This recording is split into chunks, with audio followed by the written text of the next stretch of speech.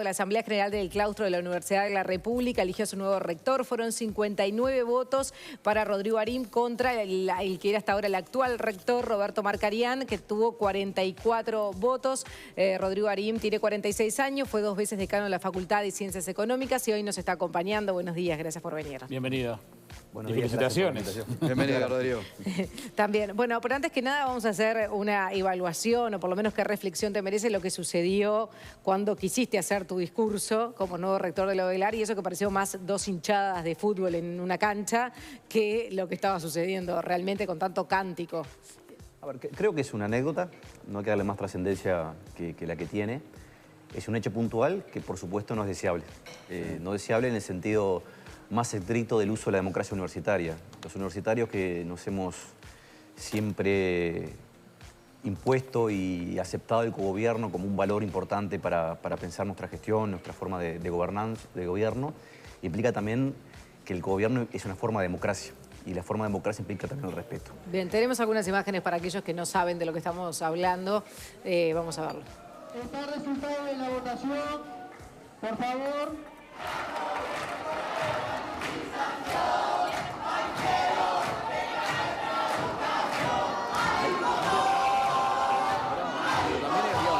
Decían, gane quien gane, pierde la universidad, como una especie de desconformidad, pasara lo que pasara en la elección, el gobierno ya perdió. ¿Qué es esa postura? A ver, en primer lugar, estamos hablando de ciertos grupos que claramente no tienen un peso importante en la universidad de hoy. De hecho, no tuvieron la posibilidad de plantear un candidato propio, que es lo que correspondería en estos casos. Son posiciones absolutamente válidas. Pensar que ninguno de los 2 candidatos pudieran cumplir sus expectativas es parte de las reglas de la democracia. El tema es procesar esas diferencias desde la democracia universitaria, desde el cogobierno, y no desde cánticos que son válidos, pero que también no permiten expresar otras voluntades, y en particular el resultado de la democracia universitaria, que son las mayorías obtenidas. Pero el tema es la señal, esta señal hacia la sociedad, Ayer ¿no? estaba Porque Gustavo Leal ahí, y además de felicitarte y decir que vas a ser un gran rector, dijo que para él se debió ejercer la autoridad, desalojar las barras y que te dejaran hablar. Bueno, Gustavo está en el lugar que... No lo escuché a Gustavo, es un amigo de hace muchos años. Yo entiendo que en realidad el hecho en sí es que se procesó la elección del rector en la Asamblea General del Claustro. La Asamblea General del Claustro es el máximo órgano desde el punto de vista de su composición democrática de la institución. Y bueno, y ahora lo que hay que hacer es caminar, es comenzar a construir una agenda de transformaciones que la universidad y el país necesita. Creo que eso es lo que logramos el miércoles, aglomerar un conjunto de voluntades importantes, provenientes de colectivos muy distintos y diversos, y eso es un activo que tenemos que preservar, para hacer que la universidad se transforme. Lo necesita recuperar algunas agendas que habíamos iniciado en algunos periodos anteriores y iniciar otras más profundas que impliquen cambios de largo plazo. Demoraste en presentarte porque querías estar seguro de tener ese apoyo, y además desde el regreso a la democracia es la primera vez que no sale el rector, ¿no? Que no es reelecto, en este caso Marcarián. ¿Qué es lo que puede haber pasado en este proceso de Marcarián? ¿Qué no se llegó? ¿Qué es lo que te parece que es fundamental arrancar ya? Con todo el respeto que me merece todavía el rector en funciones, Roberto Marcarián, acordamos en el día de ayer hacer la transición el día jueves. Sí. Yo creo que hay un par de ingredientes que condicionaron mucho los procesos de los últimos años. El primero tiene que ver justamente con la forma en que se llega a la elección del rector. Yo he hecho mucho hincapié, y tú lo mencionas con claridad, de que no había aceptado la candidatura por un periodo relativamente prolongado porque no veía con claridad la posibilidad de aglomerar voluntades detrás de una agenda de transformación. Eso fue cambiando, se vio a nivel de los distintos órdenes, tanto del orden estudiantil, de egresados como docentes, donde hubo un conjunto de movimientos importantes provenientes de distintas partes de la Universidad República, de señalar que era importante avanzar en esta lógica, que es volver a pensar la universidad en horizontes largos, ¿no? Eso es lo que tiene que hacer una institución universitaria.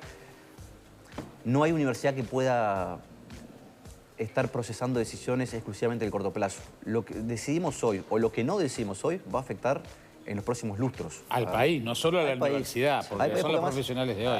Hay una vieja etapa en años muy complejos del país, de marcha, que decía la universidad es el país, y en ese sentido hay un componente que sigue siendo absolutamente válido, más allá de que esa etapa fue generar un hecho luctuoso en aquel momento.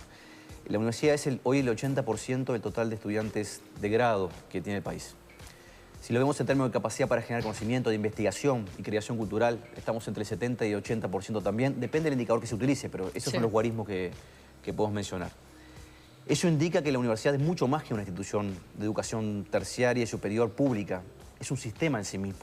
Y esto es una característica propia del Uruguay, que tenemos que comprender los universitarios y el país. Rodrigo, la Carta Orgánica de la Universidad es del año 1958. En su momento fue emblemática, moderna, marcó justamente al Uruguay en ese sentido. Pero estamos en el 2018. ¿Cuál es la reflexión sobre eso? Nosotros lo hemos señalado en varias oportunidades durante esta campaña.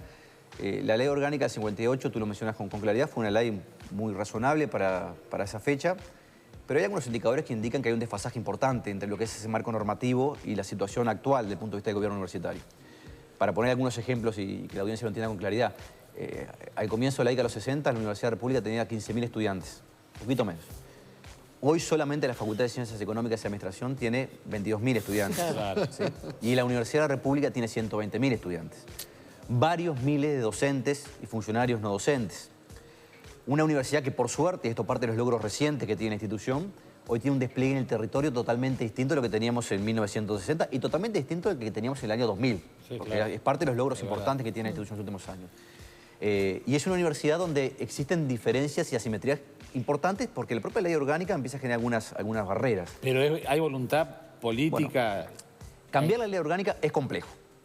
Claramente es una tarea compleja. Pero es la universidad, haciendo ejercicio del cogobierno, la que tiene que ser capaz de plantear un proyecto de ley que la transforme a sí misma.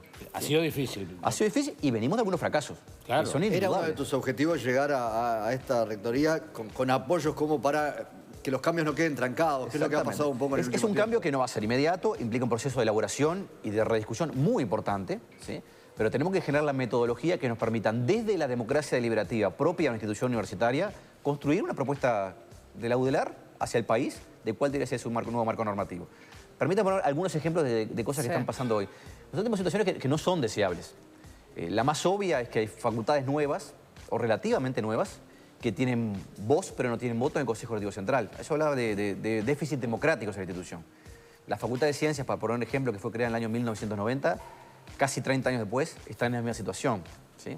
Y eso sucede con la Facultad de Ciencias Sociales, con la Facultad de Psicología, Facultad de Enfermería, el Instituto Nacional de Bellas Artes. O sea, hay un conjunto de servicios universitarios Importantes y ya con años y trayectoria. muy consolidados, que le hacen un aporte muy importante a la universidad y al país, que no tienen la capacidad de expresar sus opiniones a través del voto.